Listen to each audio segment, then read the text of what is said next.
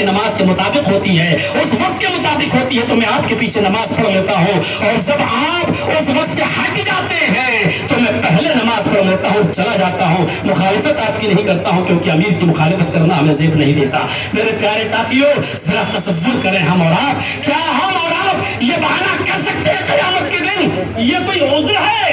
عذر تو صرف اتنا آتا ہے کہ حضرت طعام، اگر کھانا رکھا ہو اور اذان ہو رہی ہو تب حکم یہ ہے کہ پہلے کھا لو اور اس کے بعد میں تم نماز پڑھنے چلے جاؤ، یا پھر عذر یہ ہے کہ اذان ہی کے وقت ہمیں پیشاب اور پائخانے لیٹرین کی ضرورت پیش آ جائے تو پھر حکم یہ ہے کہ پہلے تم اپنی ضرورت سے فارغ ہو جاؤ اور اس کے بعد میں تم نماز کے لیے چلے جاؤ۔ جب ہمارے پاس یہ عذر ہی نہیں ہے تو کون سا عذر معاشرے میں کون سی اصلاح کی جائے؟ آج ہمارے اندر نمازوں کی سستی ہے، نمازوں کے اوقات کی سستی ہے، جبکہ آپ کو یاد ہونا چاہیے کہ بخاری شریف پڑھیے اور دیکھیے، جو ایک جنگ ہو رہی تھی جس کو جنگ تستر کہا جاتا ہے، اور وہ ایک قلعہ تھا جس کو حاصل کرنا چاہتے تھے صحابہ کرام، تقریباً جیت ہی چکے تھے، جھنڈا لہرانا باقی تھا اور فجر کا وقت ہو گیا، فجر کا وقت ہو گیا، آپس میں مشورہ ہوتا ہے کہ کیا کیا جائے، اگر ہم نماز میں مصروف ہو جاتے ہیں تو قلعہ رہ جائے گا اور یہ کافر اس قلعے پر حملہ کر دیں گے، جیت لیں گے، اس پر چڑھائی کر دیں گے، اور اگر ہم قلعے کو حاصل کرنے کے لیے تھوڑی مشقت و محنت اور کر لیں تو پھر ہماری نماز چھوٹ رہی ہے، قلعہ تو ہم حاصل کر لیں گے۔ اشاروں میں اشارہ ہوتا ہے اور گفتگو پوری ہو جاتی ہے اور یہ ہوتا ہے کہ پہلے قلعہ حاصل کر لو، نماز ہم لوگ بعد میں پڑھ لیں گے۔ بخاری شریف کے حدیث کے الفاظ، قلعہ تستر کو حاصل کر لیا، قلعہ تو مل گیا، قلعہ پر جھنڈا لہر گیا محمد رسول اللہ کا، اسلام کا جھنڈا لہرا دیا گیا اس قلعے پر، لیکن سورج نکل آیا۔ اس سورج کو نکلنے کے بعد صحابہ کرام نماز ادا کرتے ہیں، فجر کی نماز پہلی بار سورج نکلنے کے بعد ادا کی جا رہی ہے۔ حضرت انس کا بیان ہے، اس حدیث کے وہی راوی ہیں، فرماتے ہیں کہ آج جب سے میں نے محمد رسول اللہ کے ہاتھ پر بیعت کی ہے، یعنی جب سے میں نے محمد رسول اللہ صلی اللہ علیہ وسلم کا ساتھ دیا ہے اور لیا ہے، اس نماز شروع کی ہے، یہ میری زندگی کی پہلی نماز تھی، یہ میری زندگی کی پہلی نماز تھی جو آج سورج نکلنے کے بعد میں پڑھ رہا ہوں۔ اگر مجھ سے دنیا و ما فیہا چھین لی جاتی، اگر مجھ سے دنیا و ما فیہا چھین لی جاتی تو مجھے اتنا افسوس نہیں ہوتا جتنا افسوس مجھے اس ایک وقت کی نماز کے چھوٹنے پر ہو رہا، حالانکہ بعد میں نے اس کی قضا کر لی، لیکن وقت نکل گیا، اس بات کا افسوس ہو رہا ہے۔ اس واقعے سے، حضرت انس کے اس بیان سے ہم اپنے گریبانوں میں ذرا ٹٹولیں، جھانکیں اور دیکھیں کہ ہم کہاں کھڑے ہیں اور کیا ہیں، ہماری حیثیت کیا ہے۔ غزوہ احزاب کا بھی وہ واقعہ میرے بھائیوں شامل کر لیجئے اسی میں۔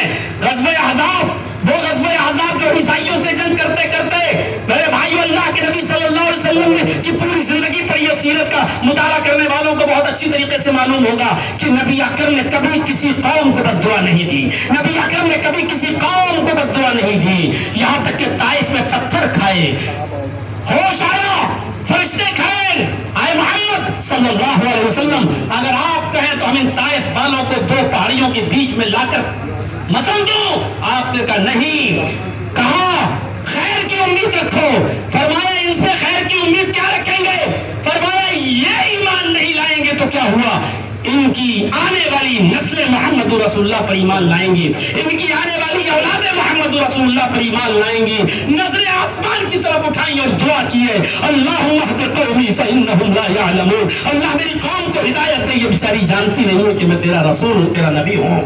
کبھی کسی قوم کو بد دعا نہیں دی۔ ایک مرتبہ صحابہ نے کچھ کافروں کے بد دعا یہ جملہ نکلانے کی کوشش کی کہ اللہ کے رسول بد دعا دیجیے، آپ نے فرمایا کہ میں رحمت بنا کر بھیجا گیا ہوں، بد دعا دینے کے لیے نہیں بھیجا گیا ہوں، میں کسی قوم کو بد دعا نہیں دے سکتا۔ لیکن تاریخ میں بتاتی ہے، بخاری شریف کی حدیث کا یہ واقعہ میں بتاتا ہے، یہ پہلا موقع تھا غزوہ احزاب کے موقع پر جہاں اللہ کے رسول نے بد دعا دی، بد دعا دی۔ اور کیوں دی؟ کیونکہ اس جنگ میں اتنا مشغول ہو گیا، اتنا مصروف ہو گئے اللہ کے نبی صلی اللہ علیہ وسلم کہ آپ کی عصر کی نماز چھوٹ گئی، عصر کی نماز چھوٹ گئی، سورج بالکل غروب ہونے کو آیا۔ وہ الگ بات ہے کہ غزوہ احزاب کا بعد میں پاسا پلٹ گیا، لیکن عصر کی نماز کا وقت نکل گیا۔ میرے بھائیوں، ہمیں نہیں معلوم کہ وہ لوگ کہاں سے یہ قصے اور کہانیاں لے کر آتے ہیں کہ فلاں صاحب تھے اور عصر کی نماز چھوٹ گئی، سورج ڈوبنے والا تھا تو ہاتھ کا اشارہ پیچھے پلٹ گیا, سورج پیچھے پہنچ گیا. میرے بھائیو یہاں تو خود جناب محمد رسول اللہ صلی اللہ علیہ وسلم ہیں اور نبی اکرم صلی اللہ علیہ وسلم سورج کو پیچھے نہیں کر رہے ہیں. بخاری شریف کی روایت ہے, اللہ کے نبی صلی اللہ علیہ وسلم نے نماز تو پڑھ لی, لیکن نماز کے بعد آپ نے جو بددعا یا جملے اپنی زبان سے نکالے وہ اس وجہ سے کہ لوگوں کی, عیسائیوں کی وجہ سے ہماری عصر کی نماز چھوٹ گئی. تو آپ نے کیا جملے ادا کیے؟ مرع اللہ بیوتہم وقبورہم نارا الذین کما حبسونا وشغلونا عن الصلاۃ الوسطی. اے اللہ, اے میرے پروردگار, اے اللہ ان کے گھروں کو تو آگ سے بھر دے. جن لوگوں نے ہماری عصر کی نماز فوت کروائی ہے, اے اللہ تو ان کے گھروں کو آگ سے بھر دے. اور جب مرنے کے بعد, چلنے کے بعد ان کو قبروں میں دفن کیا جائے تو ادھر بھی مت چھوڑو. اے اللہ تو ان کی قبروں کو بھی آگ سے بھر دے. دیکھیے میرے نبی جو رحمت بن کر آئے, کبھی کسی قوم کے لیے بد دعا نہیں دی, اور دی تو کہاں دی؟ جن لوگوں نے نماز چھڑوائی ان کو بد دعا دے رہے. اللہ ان کے گھروں کو بھی آگ سے بھر دے, ان کی قبروں کو بھی آگ سے بھر دے. ان لوگوں نے مجھے اتنا مشغول کر دیا, اتنا مصروف کر دیا کہ میری آج عصر کی نماز نکل گئی, عصر کی نماز کا اصل وقت چلا گیا. تو میرے بھائیوں نماز کی وقت کی پابندی ہونی چاہیے. ہمیں اپنے عقیدے کی اصلاح بھی کرنا چاہیے.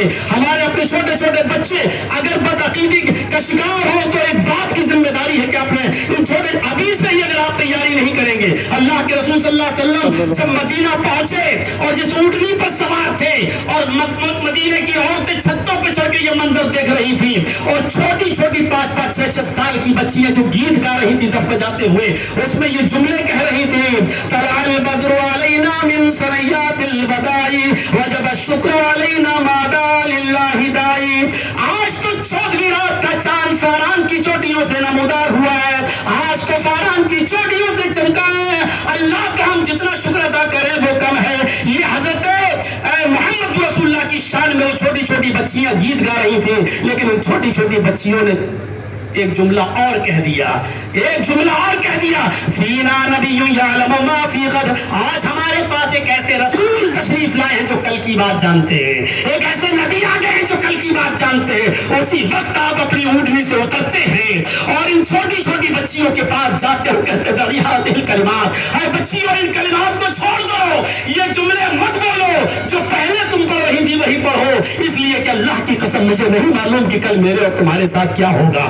ان چھوٹی چھوٹی نظر انداز کیا جا سکتا تھا, بچیاں ہی تو ہیں, چھوٹی تو ہیں, 5-5 سال کی, 6-6 سال کی نہیں, لیکن آپ اترے اور اترنے کے بعد ان کی اصلاح فرمائی. اگر آج ان کی اصلاح نہیں ہوئی اور یہ عقیدہ ان کے دماغوں میں رچ گیا اور بس گیا تو پھر کبھی بھی عقیدہ ان کے دماغوں سے نکلے گا نہیں. تو میرے بھائیوں آج عقیدے کی اصلاح کریے, آج نماز کی اصلاح کیجیے, اوقات کی اصلاح کیجیے. شادی اور بیاہ کے اندر اللہ کے نبی نے فرمایا سب سے زیادہ بابرکت مبارک شادی وہ ہے جس کے اندر خرچ کم ہو. تو ہمیں چاہیے کہ ہم کم سے کم خرچ کریں. جہیز جیسی لعنت اپنے معاشرے اور سماج سے ہم نکالیں, ورنہ آج جو فتنہ کھڑا ہے ارتداد کا, ہماری بیٹیاں جو دوسروں کی بہویں اور بننے کا خواب دیکھ رہی ہیں, اور وہ لوگ جو خواب دیکھ رہے ہیں کہ ہم اپنے گھر کی بہویں بنائیں, یہ آپ کو ایسے مقتل پر لا کر کھڑا کر دے گا کہ آپ خون کے آنسو روئیں گے. اس لیے جہیز جیسی لعنت کو آپ ختم کریے اور نکاح میں آسانیاں پیدا کر کے میرے بھائی جو جتنا جلد ہو سکے اپنی بچیوں جیسی بالغ ہو ان کی شادیاں کرائیے, تاکہ فتنہ ارتداد کا منہ ہمیں اور آپ کو نہ دیکھنا پڑے. میں نے پہلے ہی کہا تھا کہ زیادہ سے زیادہ وقت ہم اور آپ سید معراج ربانی صاحب کو دینا چاہتے ہیں, ان کو سننا چاہتے ہیں. پھر امیر محترم بھی ہے اصغر علی امام مہدی حفظ اللہ, ہمیں اور آپ کو ان کو بھی سننا ہے. 1 گھنٹے کا یہ خطاب ہمارا کافی ہے. ہم اللہ سے دعا کرتے ہیں کہ بار الہ ہماری اصلاح فرمائے, ہمارے معاشرے کی اصلاح فرمائے. اور آج میں نے اپنا انداز بدلا ہے, آپ کو بھی لگ رہا ہوگا بدلا.